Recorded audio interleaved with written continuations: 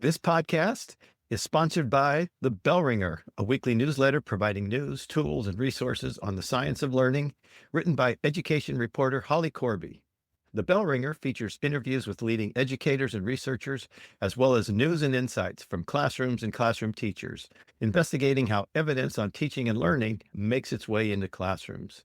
You can subscribe to The Bell Ringer at hollycorby.substack.com. Welcome to Better Teaching, Only Stuff That Works, a podcast for teachers, instructional coaches, administrators, and anyone else who supports teachers in the classroom. This show is a proud member of the BE Podcast Network, shows that help you go beyond education. Find all our shows at bepodcastnetwork.com. I am Gene Tavernetti, the host for this podcast, and my goal for this episode, like all episodes, is that you laugh at least once and that you leave with an actionable idea for better teaching. A quick reminder, no cliches, no buzzwords, only stuff that works. I'm very excited about my guest today. She is a teacher leader, not only in her home state of Wyoming, but in the United States as well, with some of the work that she has done in the Goyen Foundation. My guest today is Laura Stam, who's a second grade teacher in Thermopolis, Wyoming. She is letters trained, which stands for Language Essentials for Teachers of Reading, and served as a letters local certified facilitator. She is a founding board member of the Reading League Wyoming and contributes to promoting high quality literacy instruction across the state. She was selected as a Goyen Fellow for 2024 and to 2025. In this role, she applies her literacy knowledge to her classroom and mentors and fellow educators in implementing evidence-based literacy practices. Laura is driven by a passion for the science of learning and seeks out and applies the best instructional methods to teach children and to become great readers, writers, and thinkers. I think you're going to like this one. Laura, how are you? I am so excited. I've been looking forward to this all day. I'm doing so well. I am so honored to be on your podcast today. Thank you so much. I'm excited. I don't know how much of this you remember, but we met in real life in New York City. We were having breakfast and we just happened to be at the same table and we started to talk, who are you, where are you from, etc. And you're very nice. It was a very nice conversation. And then a few days later, you posted a picture of yourself, a selfie with somebody from the conference, and you posted that you were in New York City. And I didn't connect Stam, which is your Twitter handle, with Yeah, Laura. yeah. So it was very weird. I felt I kind of had this weird thing like, wow, I hope I was nice enough to this person because, actually we've been following each other for quite a while, but the Stam kind of blew me away. So is that your recollection? Were we Yes, I okay? was I was totally fangirling, I will admit. While I'm like, oh, I'm eating breakfast with Gene Oh Tavernelli. my goodness. So that was so fun though, just because a lot of the people I met on X, now I got to meet at that conference. That was a lot of fun meeting all those people. Yeah, yeah. No, it was. And so was that your first Research Ed conference? It was, and I loved it. Okay. So you'll be going to Yes. Denver, I bet. Yep. Yep. As soon as that gets ready to sign up, I'm headed over. That's great. It Yeah. is fun to Yeah. it is fun to see everybody. I just Yeah. wanted to go into a little bit more into your bio because there are some things that, you are a Goyen Fellow. Correct. Can you talk a little bit about the Goyen Foundation, what it does, how, what the process is to become a fellow? Because there aren't that many selected. Right. So they identify the best reading teachers. It's a literacy focus. And those fellows create videos and share them on social media to help just to share what they're doing in their classroom with other teachers. And so the application process, you fill out just an application, and then if you're selected, then you have to film a lesson that you teach, and then they go through that film and select just a few applicants. I think this fellowship, I think, has 13 or 15 fellows. I think when I got selected, I think they said there were over 200 that applied. I don't know how many have applied this time, but I think they're in the process right now of selecting the next cohort. But yeah, so it's a little intimidating.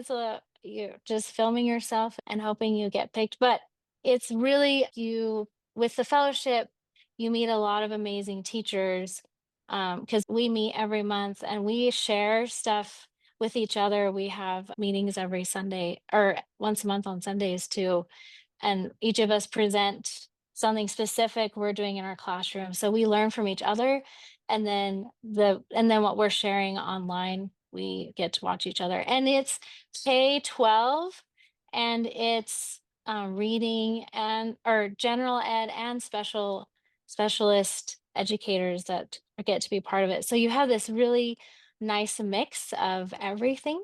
And so you can see what's happening in secondary and elementary and interventionists and special ed.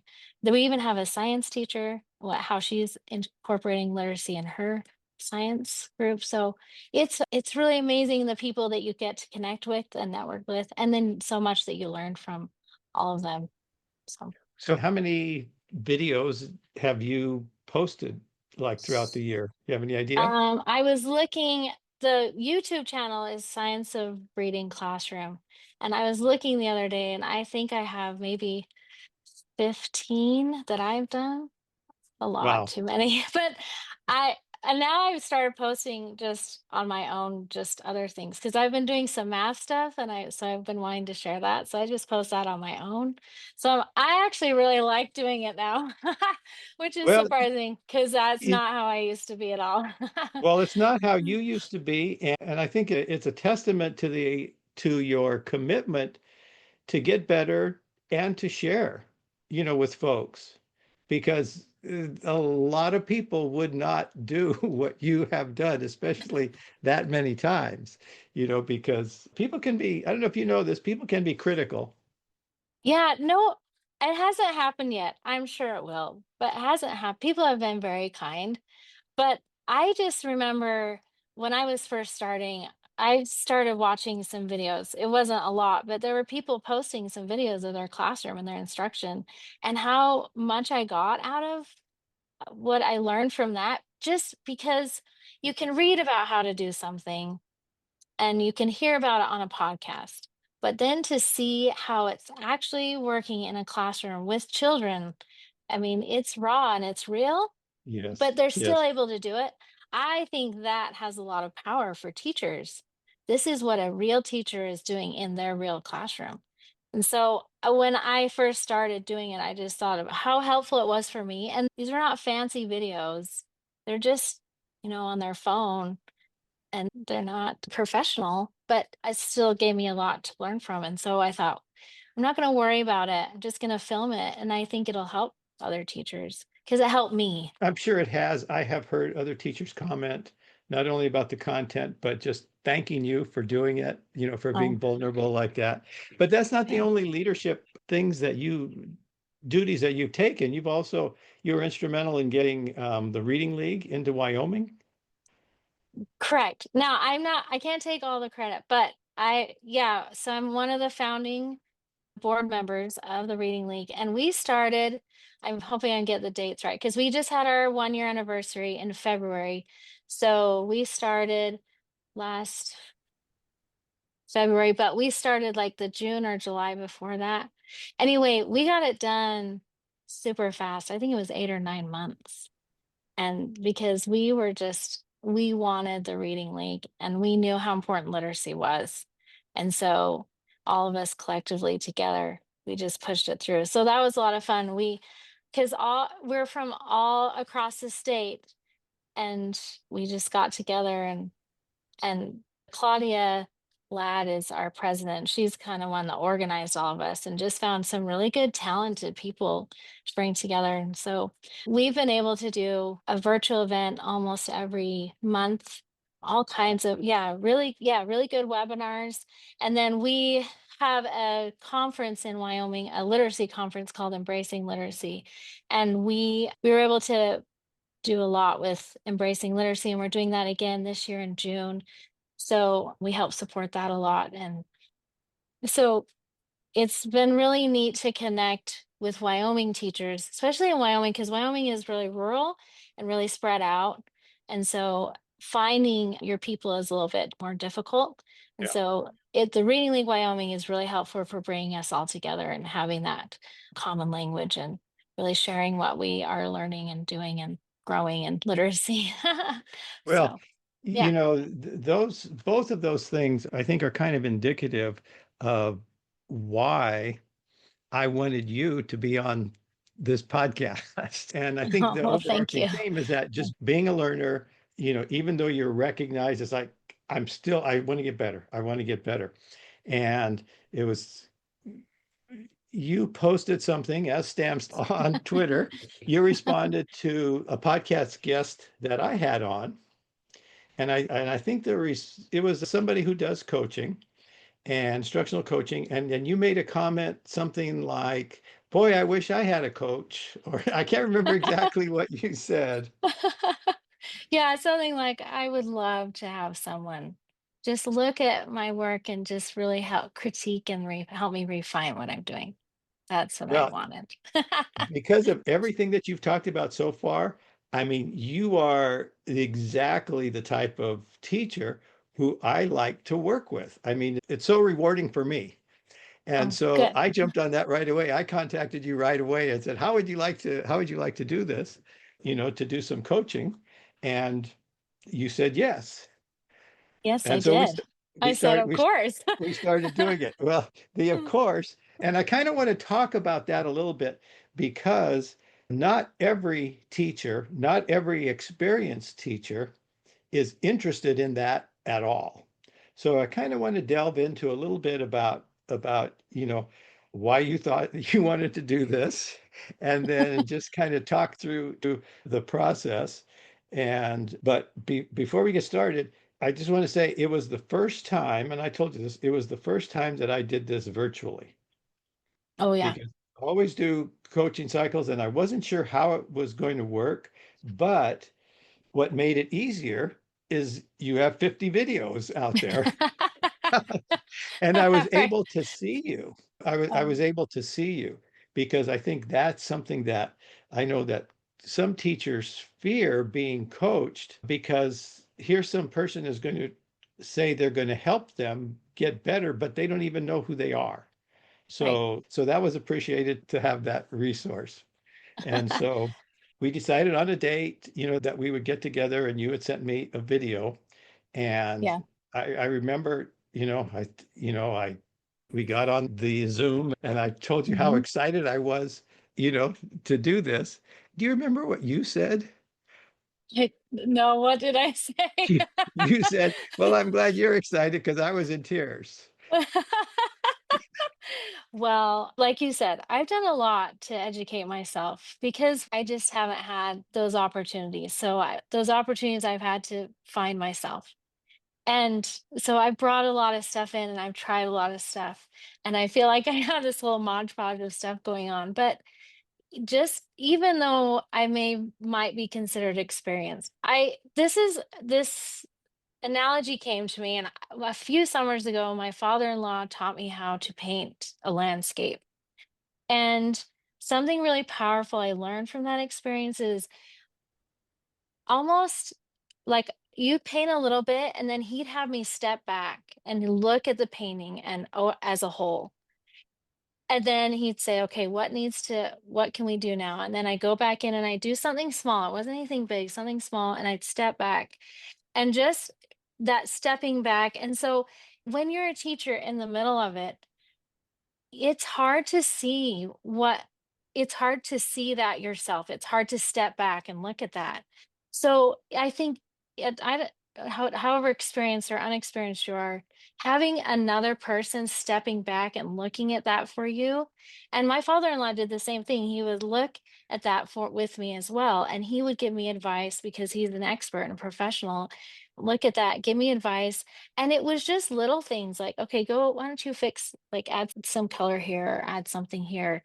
And that, so that when the coaching thing for me, that's what it was, is I needed someone to come from the outside and look at the whole picture for me, because I just needed to get some things refined, and that's what you were able to do for me. So yes, that's why I was in So tears.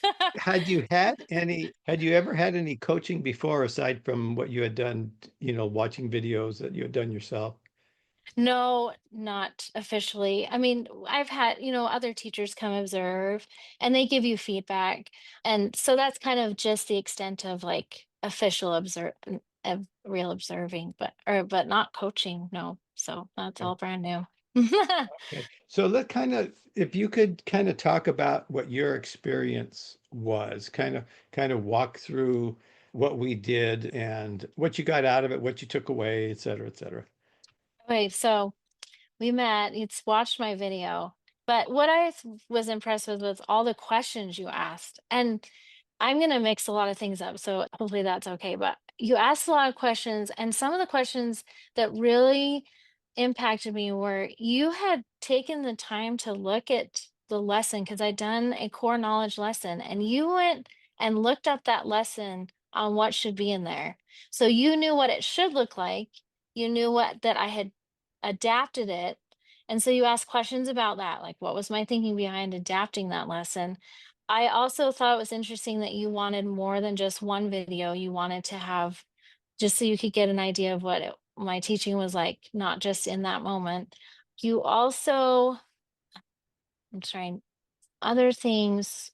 I'm losing my train of thought, but just, I was just so impressed with how thorough you were. And I realized this isn't just a, oh, that looks great. Maybe just tweak a few things. This was something that you took very seriously. And this was something that I just felt like that you genuinely cared about helping me improve my practice. And that's kind of an overall picture I got from that. And Okay. so, yeah.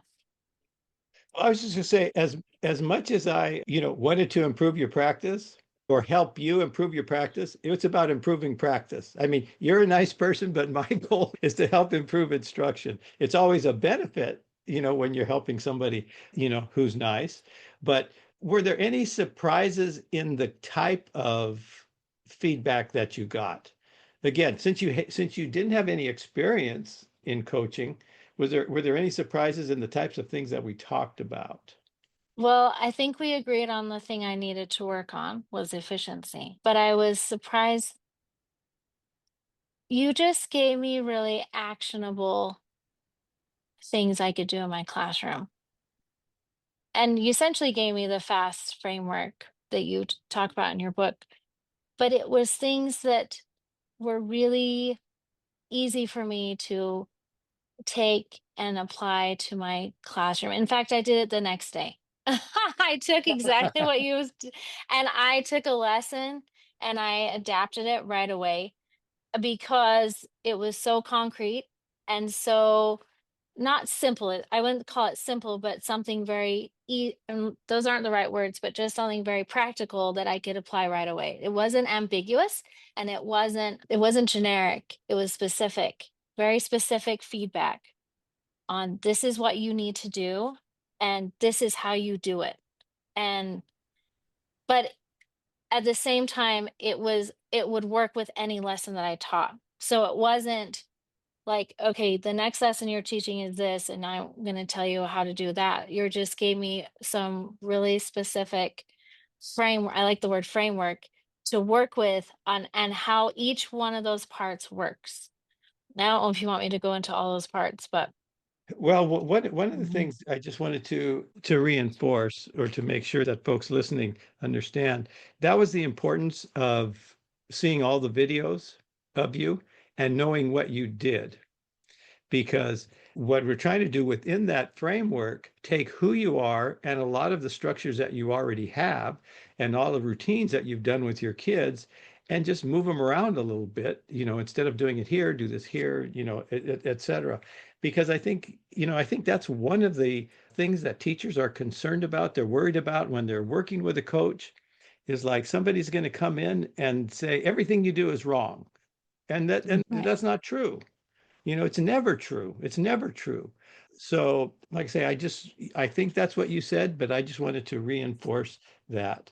Oh, I yeah, have you to, were yeah. very kind and pointed out the good things I was doing, yes. And you took everything I was doing, but just put it in, just help me refine it. So I didn't feel like I was being attacked. I didn't feel like I had to redo everything. I didn't have to feel like like I'd been doing everything wrong this whole time. It was more like it was like that, like doing that painting. It's like stepping back and like, okay, this looks good overall, but we need to do something here. We need to add some color here. We need to add a tree here. That's what it felt like for being coached. Have you ever thought of writing a book, but the idea seemed out of reach because you had so many questions? Where do I begin? Should I self-publish? Should I get an agent? It all seems so overwhelming. You put the idea in the back of your mind. But what if you had a coach, a guide to help you guide through the process? What if you didn't have to go it alone? Murmuration Author Services is your coach and friend guiding you through the writing and publishing process. With decades of experiencing publishing hundreds of books, they can help you create a compelling, professionally edited and formatted manuscript that you can either self-publish or take to a traditional publisher. Although they work with all authors, their primary niche is the K-12 education space. With decades of experience, they know the space intimately. They can help you create not only a book you'll be proud of, but a book the marketplace is craving. Take the next step. Go to their website at www.murmurationauthorservices.com and sign up for a free 30-minute initial consultation. Go ahead, take that first step to bringing your book idea to life. So we're going to talk about some specific things. So what are some specific things that after we were together that you started thinking about differently or however Well, you want to talk about it? okay. The learning objective. Let's talk about the learning objective. And then I sent you a message about this because when I was reading your book, you have this part about teachers rolling their eyes about learning objectives. And I am that teacher. If I hear anything more about learning objectives and that they have to be posted in your room, I mean, I've never, anyway, we all know why we don't like learning objectives. And you have changed my whole view on learning objectives because you gave me something that, so the learning objective you gave me was write 3 sentences describing the Oregon Trail. And I've never written a learning objective that way before. It's always, well, it might be describe the Oregon Trail, but but we don't define how we're going to describe that. And you gave me something very specific. So I knew exactly, and my kids knew exactly what they were going to do. They were going to write 3 sentences. And then describing the Oregon Trail, well, then that's simple. And then what I loved is my favorite thing that I got out of it was the key ideas. And you have like the model you gave me, there's several models that you have, and I looked at them in your book. They're really good. But the one you had was like a tree. So you have well, it was like a main idea and then 3 subsections. And but what I liked about that was I introduced that at the beginning. And then as we were going through the lesson with my students, we knew that those were the 3 parts we were going to be searching for as we went through this lesson. And so what I really liked is they became partners in that lesson and they were looking for those things. They knew what they were looking for.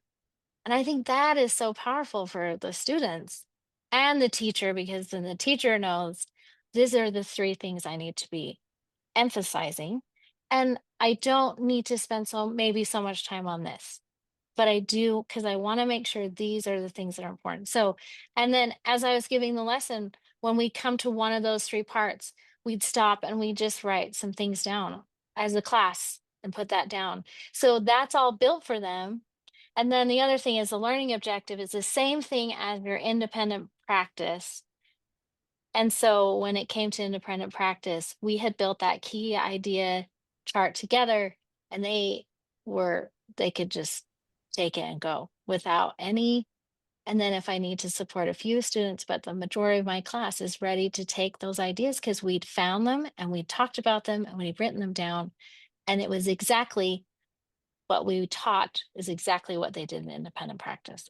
Those were, and there's a lot more to your framework. And it's been really interesting to read as I go through your book to read all those parts. So it'll be good to like put all those other parts in. But those were those two parts were just like huge for me and huge for my lessons.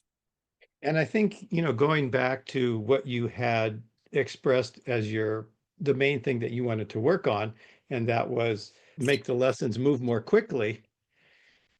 I Yes. think, I think many times when you're working with a teacher and that's the goal, they don't look at the structure. It's like, what do I need to do faster? Well, if you look at the Mhm. structure, then, we begin to, all of the science of learning stuff, we begin to understand what is the germane cognitive load, what's superfluous, what's irrelevant. And so things kind of fall away and you're able to have that focus, and like you say, the kids now are with you. Right. And so I'm going to take this from your book because what you said, what teachers need to be aware of is working memory and attention. And when you're aware of those two things, then, but that's great, right? Working memory and attention. Well, what does that look like? So that's what I really appreciate is then you give us a framework in order to make that happen. yeah, Yeah. and it allows as a teacher to evaluate the lesson objective. Wow, is that too much? Hmm. Is that going to take too long? Hmm. And I think that's one of the things that when I'm working with teachers, I want them to take away is, some ability, some criteria to make decisions about their lessons in the future. It's not about the lesson that we do together, like you said. It's like, how do we generalize this stuff? Because we need to, it's a lot of work, planning It is a lot lessons. of work. So Hmm. if you have a structure, so if today we're doing Oregon Trail, well, tomorrow we could do name whatever it is, and it's the Yeah. same lesson, it's the same Hmm. lesson. And it just makes it easier for the kids. Then the kids know what to expect. And then the other thing that you didn't talk about that made it easy to do this with you is that you had already taught what is it, expanded sentences reading Yes. revolution. So Yes. so again, we're embedding things that the kids already knew how to do. So we're just putting new content in with a skill that they can continue to practice. Right. That So they're already familiar with. Oh, yeah. which again was the thing that was impressed me, was one of the things that were most impressive about you as I listened to you talk and watch your videos, how you were able to synthesize ideas and put them together.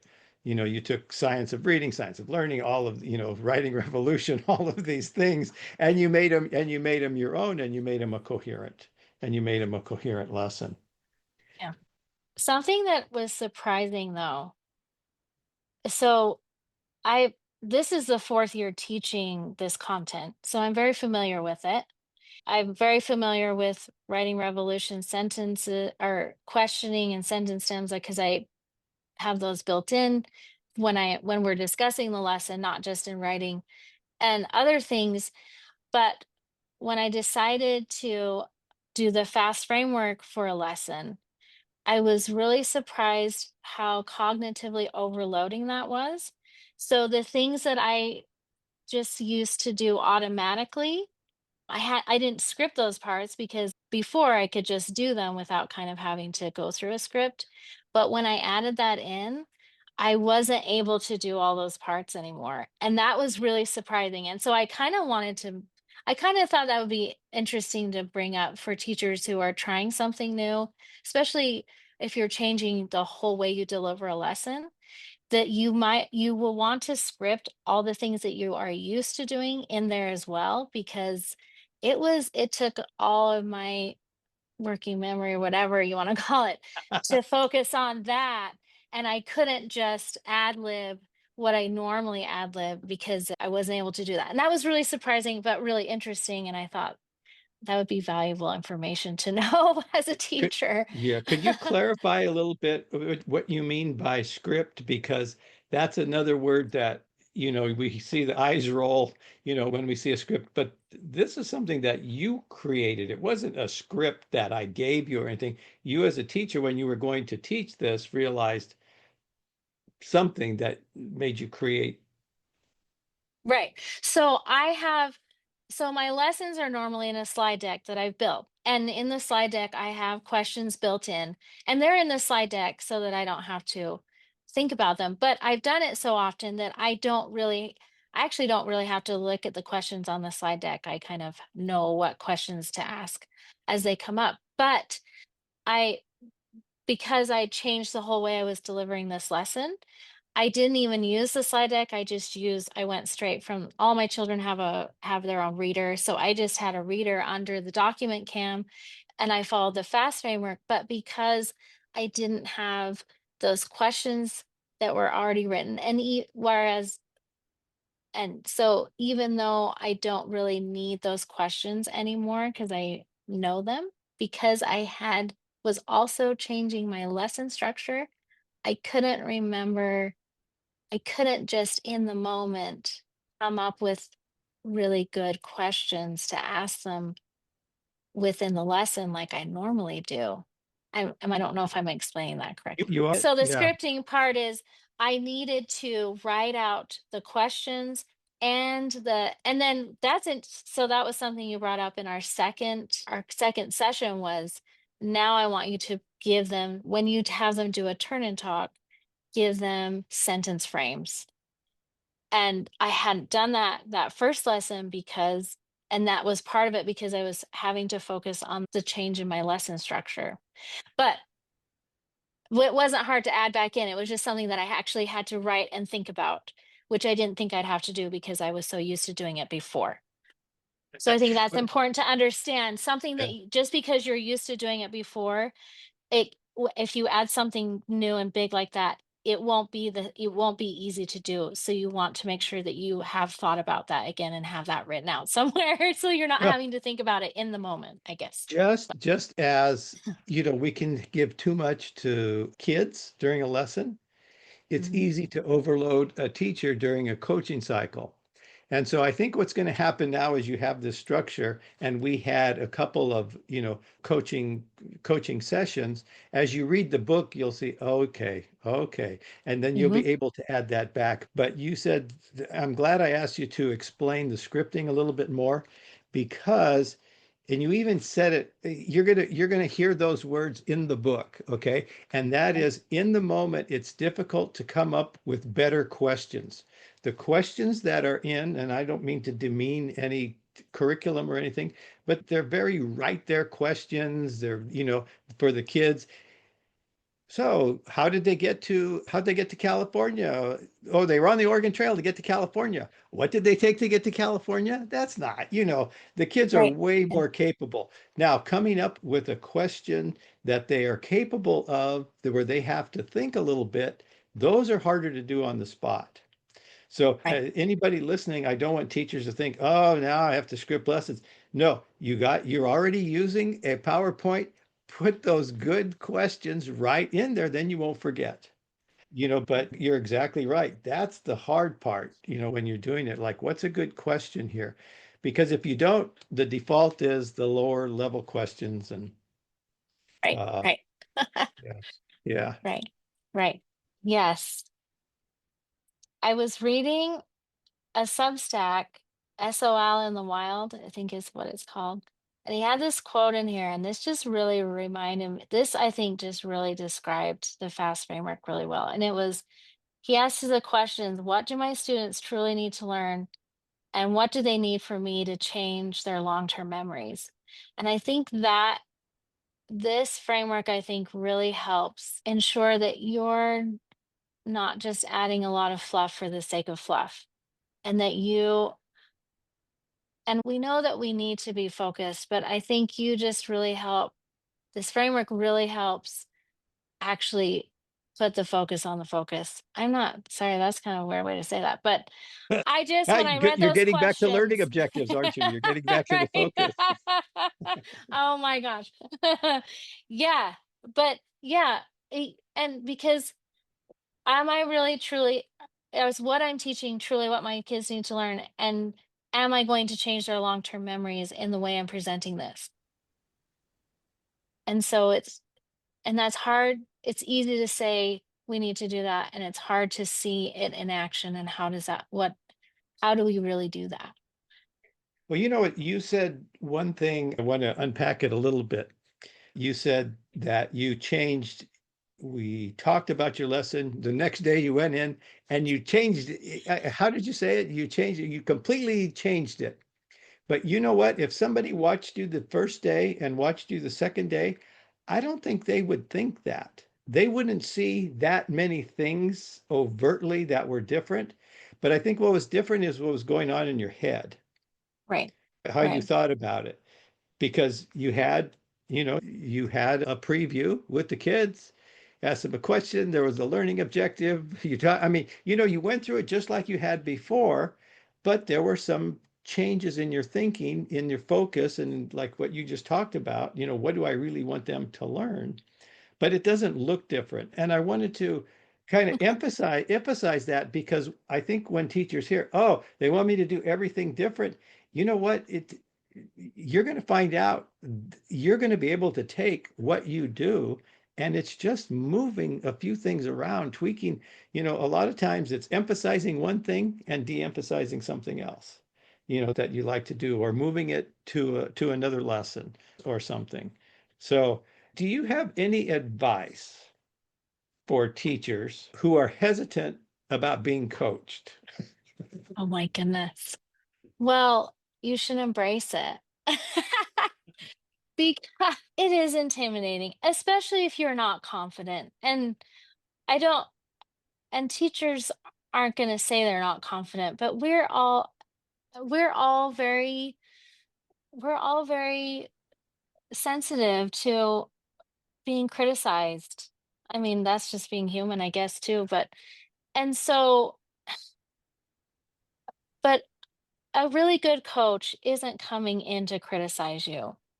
And good teachers have a lot of good things they are doing. And I like that you clarified what you said, that it wasn't like I changed everything around. It was just, it really, it was just a few little refining things. And it wasn't a lot of things, just a couple things. It just made me aware of like putting some things into place. But it wasn't a big overhaul. And I didn't feel like I was I was a bad teacher before. I just felt like, and so a teacher, it's just nice to have someone come in and help you. And it's just like any art, like all great artists always have feedback from other people. Anyone who writes anything always has someone looking over that for them. And it's just like that. It's not because you're not a good writer, it's because you are a good writer, it's because you are a good teacher. You are a good teacher. And so it's nice to have someone come in and show you what you are doing right and just how you can be an even better teacher than you already are. That's how I would look at it. Yeah, we met twice, Mhm. and I'm thinking what we didn't get, what we didn't have that always want to happen first is some sort of training about what we're doing. And it gets back to your stepping back on your picture. It's like, what's the big thing that we're after here? And we kind of had to piece that together the first time we met. But Mhm. if you know like what the big picture is, and then we're going to take a look at each of these components, and then you see how they go together. I think, it helps make sense. And I think that's something that's important, that I always tell coaches that when I train coaches, this needs to make sense. You're not in there to show how smart you are and, oh, you know how I would do it. It's not about that. It's about how are we going to help these kids learn this content given all the things that this teacher does and to be able to utilize that teacher's strengths. Oh, yeah. So, Yes, for sure. so anything else that you want to talk about with regards to the coaching experience? Any big takeaways, generalizations on anything? I appreciated that there were just a few things the first time, and then the second time just a few more things. So it wasn't a lot of stuff, but just a few, just do a few little tweaks here and a few little tweaks there. They weren't, I felt, and, but then, and things that were measurable, I think might be the best word. Things that you could say, what that you were easy to test if you did it or not, or did it right or not. It wasn't, they weren't ambiguous changes. They were specific, actionable changes that you could tell if you'd done it right or not. The other thing too is you were very good about saying it's not going to go well the first time. And that was true. Like just my cognitive overload of applying that and figuring out, and then me forgetting to do other parts that I already did in my lessons. But but at the same time, even though it felt like I agree, disagree that and I disagree because it still went right because it was a change that needed to happen, and the change was really good. And it felt good to make that change and make my lesson going in the right direction. So even though it was a rough start, it felt good to make that change. And then the kids, it was rough for my kids too. Like they didn't really know how to respond. It was a little bit different from what they were used to. And so they were a little hesitant too and didn't quite get it that first lesson. But by the second and the third lesson, they really got really used to it. And when we'd fill out the chart, they really liked that part and really being part of that. And so the first independent practice didn't go very well because they just weren't making that connection of what we were doing. But by the third independent practice, they realized what the key idea outline was and how that was helping them with their independent practice. So even for your students, my students, it was a little difficult. But even though the first lesson, like you said, isn't going to go well, it still felt good to make that change. And Well, it was yeah, okay that it didn't go well. yeah. And I think an experienced coach knows what to expect in the first time. Yeah. So it's like, yeah, it didn't go great, but you know what? This is exactly the progression. And kind of and it's not going to take long, like you said, by the third time, everybody's got it. And you never have to talk about it again. They're with you. You're embedding your expanded sentences, you're expanding your writing revolution stuff. I mean, everything is there.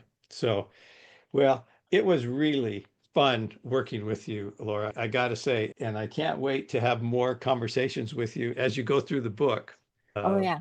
because I think you'll see a lot of reinforcement. A lot of the questions that probably would have been answered during a training, you'll get to see those. So here Yeah. I've been grilling you for 45 minutes. You have any questions for me?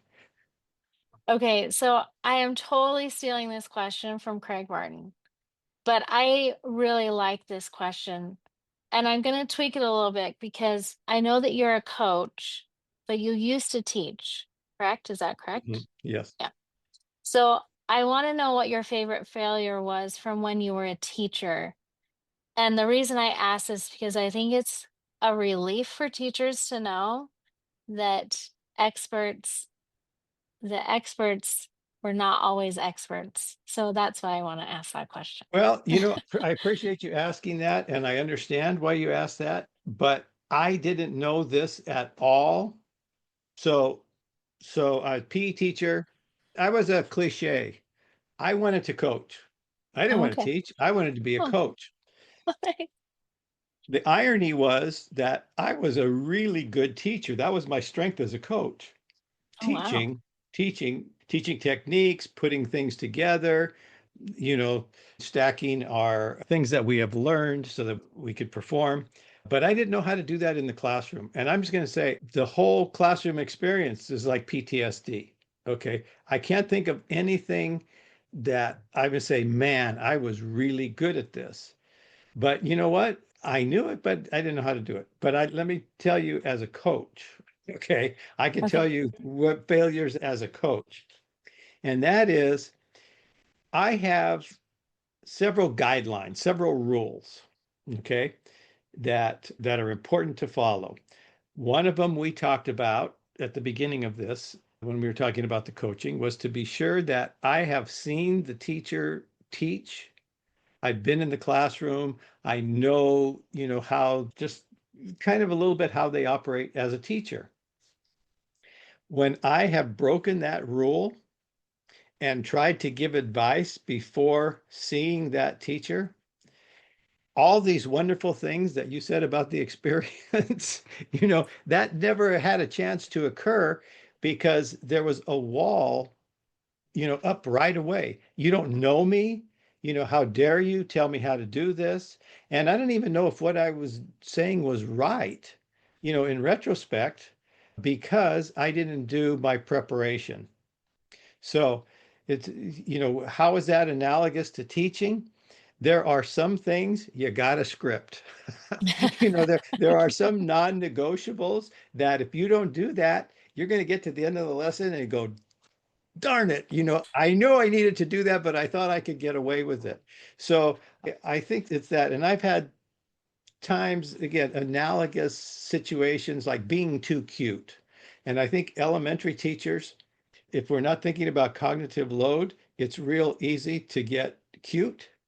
Let me read you this story. It's going to be a preview of something, but the kids get so excited about the story, it's very difficult to bring them back to actually do the lesson.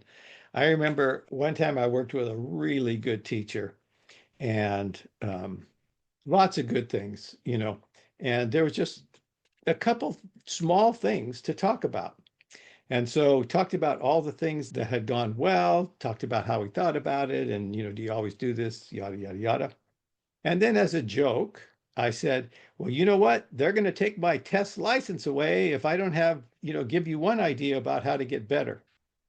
I thought that was funny. I thought it was cute. And the test license was cute because I am Tess. There's nobody's going to fire me. But you know what that teacher did?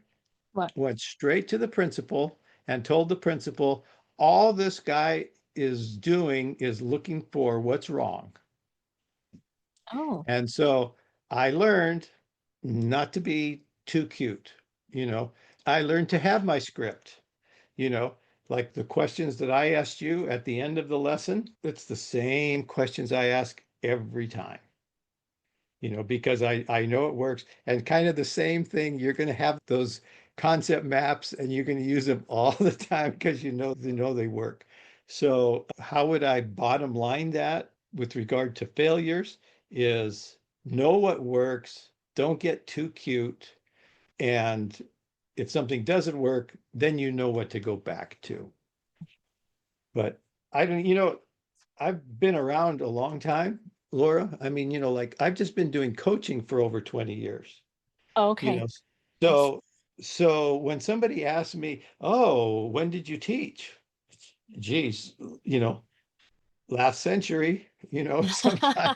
And so it's almost not even relevant anymore Yeah. because I've had a chance to work with good teachers like you and to see so many good things. That's what I'm sharing.